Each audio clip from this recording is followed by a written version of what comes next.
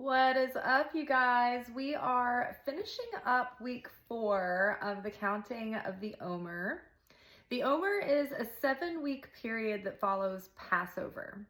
So during the major high holy holidays of the year, we are exposed to this moment that is an opening in a cosmic window in time, where the dimensions split, the veils part, and we are able to connect with a higher quality and resonance of the light of God, the light of the Creator, more so than we are on a regular basis. So these are special times of year where we absorb this higher frequency, this higher quality of energy.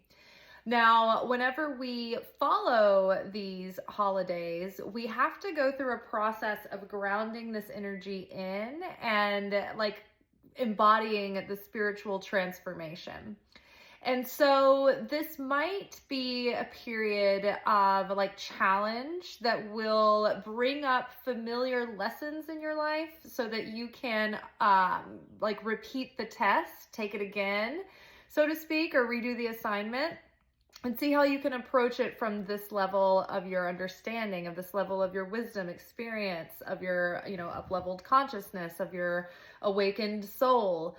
And so we're, able to earn the up level rather than just take it and then have to pay it back with spiritual credit card interest, which equals chaos and disruption in our lives, right? So we go through every year right after Passover. There's a 7-week period. It's 49, 50 days called the Omer. And each week of this period of counting corresponds to a different dimension of the soul that represents a different part of our consciousness, of our psyche, of our makeup as humankind. This particular week, we have been looking at the dimension of Netzach. This dimension is associated with the planet Venus, is the quickest way I can help you catch up to what it all stands for and what it all means. So we have been dealing with themes of beauty and aliveness and excitement and inspiration, as well as discipline and perseverance and determination and consistency all week. And those two together, that inspiration with the consistency, that follow through, equals victory. This is the energy of overcoming challenge to be victorious. And so we're also having to find a balance with this virtue so that it doesn't swing into vice and extremity.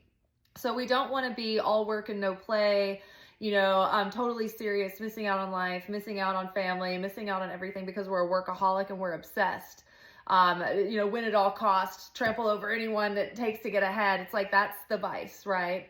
Whereas if you can balance, giving it the full effort into your calling, say, or your business or your dream, as well as your relationship with yourself, your relationship to source, your relationship to family, to other, you can give all of it a good full effort and not neglect any of the areas of your life, which is difficult, but that is the idea, the key of self-mastery. As one of the main aims is to be able to show up, give your best to each area of your life and reveal the most potential you can, right, in your incarnation. So this week, we do our very best to overcome, persevere, be consistent, because we have realized through experience and understanding that if we want true success in whatever endeavor we are undertaking, it's going to require real organic growth, which is only made and only achieved by long-term, consistent effort. And it has to be sustainable, right? You can't burn out and lose all your energy and lose all your fire and all your gas when it takes it might take you a number of years, or maybe not, right? But it might take you a certain period of time to get to that state of achievement. And so you don't want to burn out your energy because for instance, say anything to do with social media. This is an ongoing daily thing. It's not like you get there and you're all right, now I can just coast. It's you have to constantly nurture this. If you're an entrepreneur, it doesn't just end. You're not just like, all right, we launched the company and now the effort is done. It's like, it's never like that. Anything that is real and something that you own, that you take ownership of, it's going to take consistent, real effort over a long period of time. So we have to learn how to be sustainable in that. And we have to learn how to be able to be flexible and free and full of life, and be willing to lend ourselves to play and to be spontaneous, but also have a good balance of that more level-headed self that can be like, okay, it's time to rein it in. It's time to get disciplined. It's time to get focused. It's time to make sure we're consistent and follow through. And so the more consistent and the more follow through we have with ourselves in life, then the more consistent and the more life will follow through with us. And so that too will spill out into our other relationships. The more we are consistent and responsible with ourselves and with life, then our other relationships, incoming and outgoing, will start reflecting that same vibration as well.